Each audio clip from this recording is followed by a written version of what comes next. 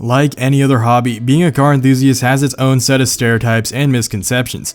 Telling someone that you are a car enthusiast can cause some people to make predetermined judgments against you. Today, we'll discuss 5 of the most common misconceptions non-car people have when they think of a car enthusiast. You have to own a fast car. It's assumed that every car enthusiast loves fast cars and aspires to own one.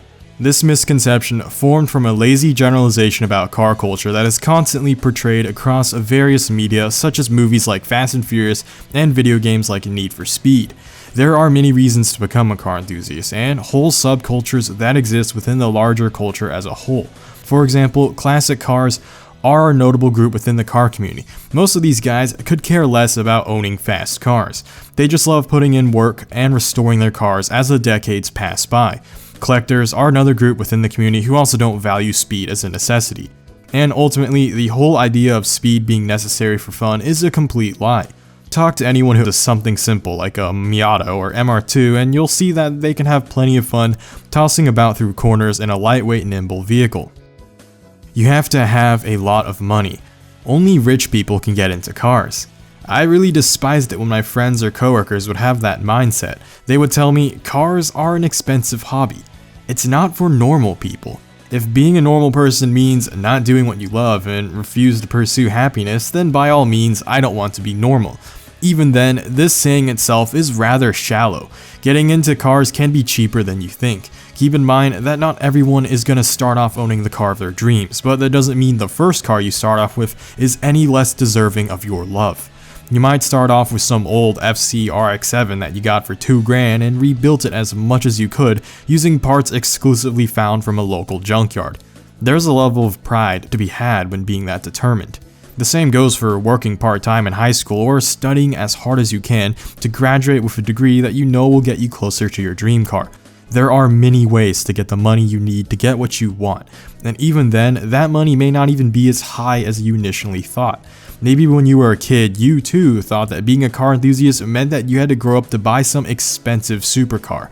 But as the years go on, you may find these posters slowly being replaced by something not only more sensible, but possibly with more heart and value to you personally.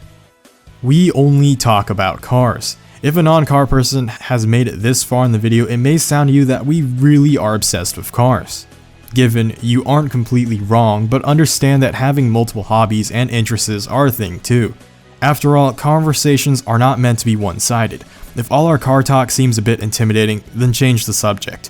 We aren't a-holes. We'll give in to reason like any other human would. We would love to hear what you may be passionate about, and sometimes hearing each other's passions can allow us to collectively grow a respect between each other. Who knows, maybe we have something in common. Aside from cars, I myself also like fire stick things that go boom. You know, the Second Amendment stuff that I can't mention on YouTube, otherwise I get demonetized. Honestly, I gave enough hints to work with, y'all know what I'm talking about. Next entry. Our driving is unsafe. A lot of outsiders think that every car enthusiast is part of some secret underground street racing organization. We aren't. And surprisingly enough, going back to number 1 on this list, some of us aren't even in it for speed anyways.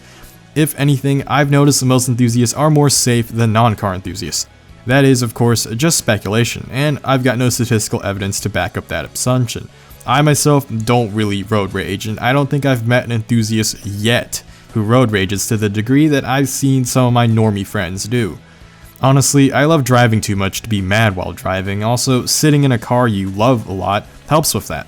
Being entertained by driving certainly helps with preventing us from getting distracted by texting or really being distracted by anything in general.